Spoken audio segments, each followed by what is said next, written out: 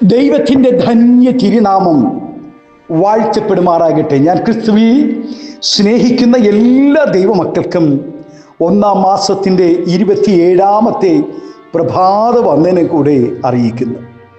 ലോകമെമ്പാടുമായിരുന്നു കൊണ്ട് ഈ പ്രഭാതവും ഈ വചന സന്ദേശം ശ്രമിക്കുന്ന എല്ലാ ദൈവദാസന്മാർക്കും ദൈവദാസിമാർക്കും വാത്സല്യ കുഞ്ഞുങ്ങൾക്കും എൻ്റെ ഹൃദയത്തിൻ്റെ ആഴമേറിയ സ്നേഹത്തെയും വന്ദനത്തെയും നന്ദിയും ഒപ്പം പ്രാർത്ഥനയും അറിയിക്കുന്നു. ആവർത്തന പുസ്തകം 28-ാം അധ്യായത്തിൽ ഇപ്രകാരം കാണുന്നു: യഹോവയുടെ നാമം നിന്റെ മേൽ വിളിച്ചിരിക്കുന്നു എന്ന് ഭൂമിയിലുള്ള സകല ജാതികളും കണ്ട് നിന്നെ ഭയപ്പെടും. ലോകം മുഴുവനും അന്യദൈവങ്ങളെ സേവിച്ചിരുന്ന കാലത്ത് സത്യദൈവത്തെ പിന്തുടരുവാൻ മനസ്സു കാണിച്ച അബ്രഹാമിൻ്റെ സന്തതികളെ ദൈവം തൻ്റെ സ്വന്തം ജനമാക്കി തീർത്തു. ദൈവത്തിൻ്റെ സ്വന്തം ജനമെന്ന പേര് അവർക്ക് കൊടുത്തു. ആ പേരിന് യോഗ്യമായ പദവികളും അനുഗ്രഹങ്ങളും ബുദ്ധിയും ജ്ഞാനവും സമൃദ്ധിയും ജനത്തിന് ദൈവം കൊടുത്തു. മറ്റുള്ളവർ എത്ര ശ്രമിച്ചിട്ടും അവരുടെ ഒരംശം പോലും തങ്ങളുടെ ജീവിതത്തിൽ പ്രാപിക്കുവാൻ കഴിഞ്ഞതുമില്ല. ദൈവജനത്തിൻ്റെ പദവി തിരിച്ചറിഞ്ഞ പലരും ഭയപ്പെട്ട് ദൈവത്തിങ്കിലേക്ക് വന്നിട്ടുണ്ട്. അതുപോലെ നാം നമ്മുടെ പേരിനും പദവികൾക്കും അനുസരണമായി ജീവിച്ചാൽ ലോകം നമ്മെയും നമ്മുടെ ദൈവത്തെയും ഭയപ്പെടും എന്നുള്ളതിന് സംശയമില്ല. മനുഷ്യനായി പിറന്നിട്ടുള്ളതിൽ വെച്ച് ശലോമോനിലും വലിയ ജ്ഞാനികൾ ഉണ്ടായിട്ടില്ല. ദൈവത്തിൻ്റെ ജ്ഞാനം അവനിൽ ഉണ്ടായിരുന്നു എന്നുള്ളതാണ് അതിന് കാരണം. ദൈവത്തെ സ്വീകരിക്കുകയും ദൈവത്തിൽ മാത്രം ആശ്രയിക്കുകയും ചെയ്യുന്നവരിൽ ദൈവിക ജ്ഞാനം കവിഞ്ഞൊഴുകും. ലോകം അത് കണ്ട് ആ വ്യക്തിയെയും അവൻ്റെ ദൈവത്തെയും ഭയപ്പെടും. വൃദ്ധ ദമ്പതിമാരായ സഖരിയാവിനെയും എലിസബത്തിൻ്റെയും പ്രാർത്ഥന ദൈവം കേൾക്കുകയും അതിന് മറുപടി ലഭിക്കുകയും ചെയ്തപ്പോൾ അവരുടെ ചുറ്റുപാടുമുള്ള എല്ലാവർക്കും ആ പ്രിയപ്പെട്ടവരെ കണ്ട് ഭയമുണ്ടായി. അതുപോലെ മാനുഷികമായി അസാധ്യമെന്ന് മറ്റുള്ളവർ വിധിച്ചു തള്ളിയ വിഷയങ്ങളുടെ മേൽ ദൈവജനത്തിൻ്റെ പ്രാർത്ഥനയിലൂടെ മറുപടി ലഭിക്കുമ്പോൾ പ്രാർത്ഥിക്കുന്നവൻ്റെ ദൈവത്തെ മറ്റുള്ളവർ ഭയപ്പെടുവാനിടയാകും. വ്യവസ്ഥയോടുകൂടി ദൈവത്തെ ആരാധിക്കുന്ന ജനത്തിനു വേണ്ടി ദൈവം ചെയ്യുന്ന കാര്യങ്ങൾ ബലമുള്ള ജാതികൾ പോലും ദൈവത്തെ ഭയപ്പെടുകയും ദൈവത്തിന് മഹത്വം അർപ്പിക്കുകയും ചെയ്യും. ആമേൻ. ദൈവം കൽപ്പിച്ചതുപോലെ അനുസരിക്കാതിരുന്ന ശൗലിൻ്റെ ദുർഗതി കണ്ടറിഞ്ഞ ദാവീദ് എപ്പോഴും ദൈവത്തിൻ്റെ ഇഷ്ടത്തിനനുസരിച്ച് ജീവിക്കുവാനും പ്രാർത്ഥിക്കുവാനും ശ്രദ്ധിച്ചിരുന്നു. അത് നിമിത്തം അവൻ ആദരിക്കപ്പെട്ടു എന്ന് മാത്രമല്ല, മറ്റുള്ളവർ ഭയപ്പെടുകയും ചെയ്തു.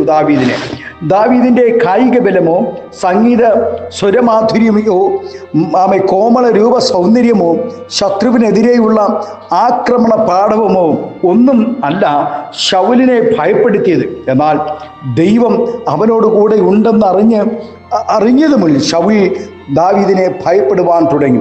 ഒരു ദൈവ പൈതലിനോട് കൂടെ ദൈവമുണ്ടെന്ന് ലോകം അറിയുമ്പോൾ അവനെയും അവൻ്റെ ദൈവത്തെയും ഭയപ്പെടും. ഇസഹാക്ക് ആ ദേശത്ത് വിതച്ചു. ആ ആണ്ടിൽ 100 മേനി വിളവ് കിട്ടി. യഹോവ അവനെ അനുഗ്രഹിച്ചു. അവൻ വർദ്ധിച്ചു മഹാധനവാനായി തീർന്നു.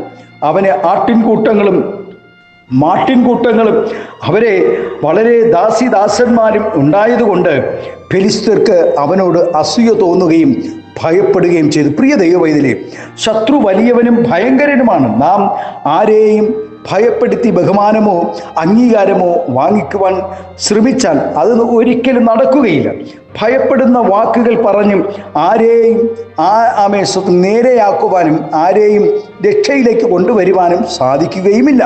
ഭീഷണിപ്പെടുത്തി ആരെയും ദൈവത്തെ സേവിക്കുവാനും കഴിയുകയില്ല. എന്നാൽ നമ്മുടെ വഴികളും ജീവിതവും ദൈവത്തിന് പ്രസാദകരമായി തീരുമ്പോൾ നമ്മോടുകൂടെ ദൈവമുണ്ടെന്ന് ഉറപ്പുവരുത്തുകയും ചെയ്യുമ്പോൾ നമ്മെയും നമ്മുടെ ദൈവത്തെയും ജാതികൾ ഭയപ്പെടുവാനിടയാണ്. ഇന്ന് നാം ലോക മനുഷ്യരിൽ കണ്ടുവരുന്ന ചില പ്രവണതകൾ ദൈവത്തെ ആരാധിക്കുന്നു എന്ന് പറയുന്നുണ്ടെങ്കിലും ലോകത്തെ അധികം ഭയപ്പെടുന്നവരാണ്. ജോലി ലഭിക്കാതിരിക്കുമോ? ലഭിച്ച ജോലി നഷ്ടമാകുമോ? വിവാഹം നടക്കാതിരിക്കുമോ? ബന്ധുക്കൾ തള്ളിക്കളയുമോ? നാട്ടുകാർ പരിഹസിക്കുമോ? അങ്ങനെ പലതിനെ ചൊല്ലി ദൈവത്തെ ആരാധിക്കുവാൻ ഭയപ്പെടുന്ന സ്തോത്രം അനേകരെ നമുക്ക് കാണുവാൻ കഴിയും. വിശുദ്ധിയോടെ സത്യത്തിലും ആത്മാവിലും ദൈവത്തെ ആരാധിക്കുവാൻ ഭയപ്പെടുന്ന ഒത്തിരി പേരുണ്ട്. ചുരുക്കം പറഞ്ഞാൽ കൂട്ടത്തിൽ പാട്ടും വെള്ളത്തിൽ പൂട്ടും. ഈ ഒരു പ്രവണത ജീവിതത്തിൽ നിന്നും എന്ന് മാറി നീ ഒരു സ്തോത്രം ദൈവത്തെ ഭയത്തോടും ഭക്തിയോടും വിറയലോടും വിശുദ്ധിയോടും കൂടെ ആരാധിക്കുമ്പോൾ ദൈവം നമ്മെ ഉറപ്പിക്കുവാനിടയാകും. ദൈവം നമ്മെ മാനിപ്പാനിടയാകും. ഹല്ലേലൂയ. വിശ്വാസ കൂട്ടത്തെ കബളിപ്പിച്ച്, സഭയെ കബളിപ്പിച്ച്, ദൈവനാമത്തെ ദുഷിപ്പിച്ച് എത്ര നാൾ ഈ കൂട്ടർക്ക് മുന്നോട്ട് പോകുവാൻ കഴിയും? കുഞ്ഞെ, ദൈവത്തെ നീ ഭയന്നാൽ ലോകം നിന്നെ ഭയക്കുന്ന നിലകളിൽ ദൈവം നിന്നെ ആദരിച്ചു മാനിച്ചു ഉയർത്തുവാനിടയാകും. ആകയാൽ ഈ പ്രഭാതം ദൈവഭയത്തോടുകൂടെ സ്തോത്രം വിശുദ്ധിയോടുകൂടെ വിശ്വസ്തയോടുകൂടെ ദൈവത്തെ ആരാധിക്കാമോ എങ്കിൽ ദൈവം നിന്നെ ആദരിക്കുവാനിടയാകും. ഈ ദൈവശബ്ദം ഈ പ്രഭാതം കേൾക്കുന്ന ദൈവവൈതലേ സ്തോത്രം വിശുദ്ധിക്ക് വേണ്ടി, സത്യത്തിന് വേണ്ടി, ആത്മാവിന് വേണ്ടി നിലനിൽക്കുവാൻ നമ്മെ സമർപ്പിച്ചു കൊടുക്കാമോ? ദൈവം നിശ്ചയമായും യഹോവയുടെ നാമം നിന്റെ മേൽ വിളിച്ചിരിക്കുന്നു എന്ന് നാം തിരിച്ചറിയണം. ദൈവം നമ്മെ ഓരോരുത്തരെയും പേർ ചൊല്ലി വിളിച്ചിരിക്കുന്നു എന്നുള്ള സ്തോത്രം ബോധ്യം നമുക്കുണ്ടെങ്കിൽ നമ്മുടെ ആരാധനയും നമ്മുടെ പ്രാർത്ഥനയും മറ്റുള്ളവർക്ക് ദൈവത്തെ സ്നേഹിപ്പാനും ദൈവത്തെ ആരാധിപ്പാനും നമ്മളിൽ കൂടെ, നമ്മുടെ ആരാധനയിൽ കൂടെ, നമ്മുടെ ജീവിതത്തിൽ കൂടെ, നമ്മുടെ അനുഭവങ്ങൾ സാക്ഷ്യങ്ങളിൽ കൂടെ ഉണ്ടാകുമെങ്കിൽ അതിൽ പരം ഭാഗ്യം വേറെ എന്തുണ്ട്? ആകയാൽ യഹോവയുടെ നാമം നിന്റെ മേൽ വിളിച്ചിരിക്കുന്നു എന്നുള്ള ഭൂമിയിലുള്ള സകല ജാതികളും കണ്ട് നിന്നെ ഭയപ്പെടുന്ന നിലകളിലേക്ക് നിന്റെ ആരാധനയും നിന്റെ പ്രവർത്തികളും നിന്റെ സാക്ഷ്യങ്ങളും അനുഭവങ്ങളും മാറുവാൻ ഈ പ്രഭാതം പരിശുദ്ധാത്മാവ് നിന്നോട് ആലോചന പറയുന്നു. നമ്മുടെ കണ്ണുകളെ അടയ്ക്കാം, പ്രാർത്ഥിക്കാം. പരിശുദ്ധ പിതാവേ, സ്നേഹവാനായ ഞങ്ങളുടെ നല്ല ദൈവമേ, അനുഗ്രഹവും പ്രശാന്തവുമായ നല്ല പ്രഭാതത്തിനായി നന്ദി നിറഞ്ഞ ഹൃദയത്തോടെ സ്തോത്രം ചെയ്യുന്നു. നാഥ, ഈ പ്രഭാതം ശ്രമിക്കുന്ന എല്ലാ ദൈവകുഞ്ഞുങ്ങളെയും കർത്താവെ ആദരിച്ച് അനുഗ്രഹിക്കണമേ എന്ന് പ്രാർത്ഥിക്കുന്നു. വിശ്വസ്തയോടുകൂടെ ദൈവസന്നിധിയിൽ വിശുദ്ധിയോടുകൂടെ വേർപാടോടുകൂടെ നിന്ന് കർത്താവെ തൻ്റെ കുഞ്ഞുങ്ങളുടെ സാക്ഷ്യങ്ങൾ കർത്താവെ അവരുടെ ആരാധനയും അവരുടെ നല്ല നടപ്പും വിശുദ്ധ ജീവിതവും കണ്ട് അനേകർ ദൈവത്തെ ഭയപ്പെടേണ്ടതിനും ദൈവത്തെ ആരാധിക്കേണ്ടതിനും വിശുദ്ധ ജീവിതത്തിൽ അവരും പ്രവേശിക്കേണ്ടതിനായി കർത്താവ് സഹായിക്കണമേ എന്ന് പ്രാർത്ഥിക്കുന്നു. എല്ലാവിധമായ നന്മകളും അനുഗ്രഹങ്ങളും പകരണം, മഹത്വം എടുക്കണം. യേശുവിൻ്റെ നാമത്തിൽ കൃപയോടെ പ്രാർത്ഥന കേൾക്കണമേ സ്വർഗീയ നല്ല പിതാവേ.